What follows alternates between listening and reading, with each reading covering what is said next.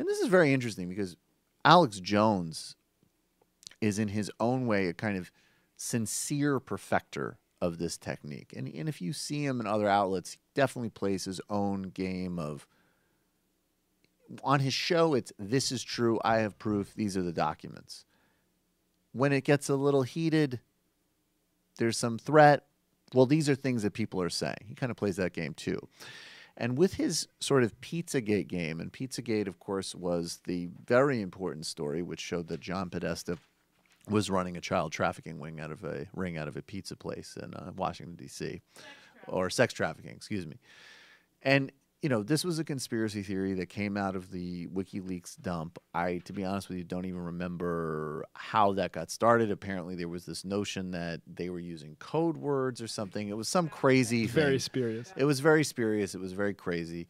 And it led, though, the rumor mongering and the conspiracy theorizing in this case led to a guy showing up at Comet Pizza in Washington, D.C. with a loaded gun, and I believe actually firing it off.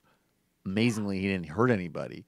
But he acted with a semi-automatic weapon. He acted based off of these lies, and rightfully so. The head of Comet Pizza is looking at legal action. And now let's watch Alex Jones, who released a statement over the weekend. Let's watch this fearless paragon of the truth, who apparently is completely unafraid of taking on the most dark, dangerous, and I do mean dark, forces in the world. But we're just going to want to make sure that he's not going to be legally culpable for spreading false rumors that lead to an almost deaths at a guy's pizza restaurant. So let's check this out.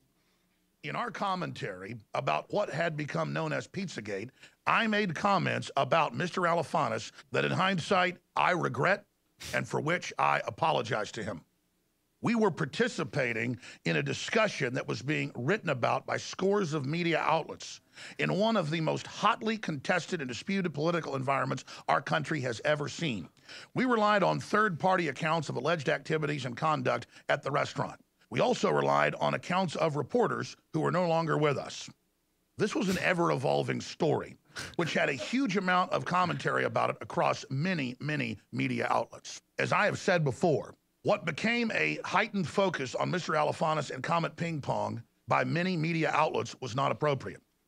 To my knowledge today, neither Mr. Alifanis nor his restaurant, Comet Ping-Pong, were involved in any human trafficking, as was part of the theories about Pizzagate that were being written about in the media outlets and which we commented upon.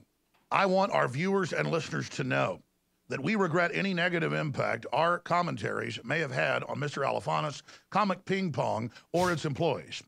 We apologize. So I think that answers the question of what degrees are this an act, and to what degree is he genuinely crazy? He's still going to have to pay. And also, let's just all give up now. The info war. I'm giving up exactly at this Apparently, moment. there's another statement that's coming out today about this. Yeah, well, he said he's got something at 4 o'clock, so we'll see tomorrow. But one thing I don't think he was betting on when he started the info war was if the other side got lawyers. Yeah, that seemed to be everything was factored in for, from the secret death squads to the FEMA camps to everything else, to the fake actors, but the one thing that wasn't factored in is if you make some lunatic show up at my pizza place and almost kill people because you're spreading nonsense, maybe I'll lawyer up on you, scumbag.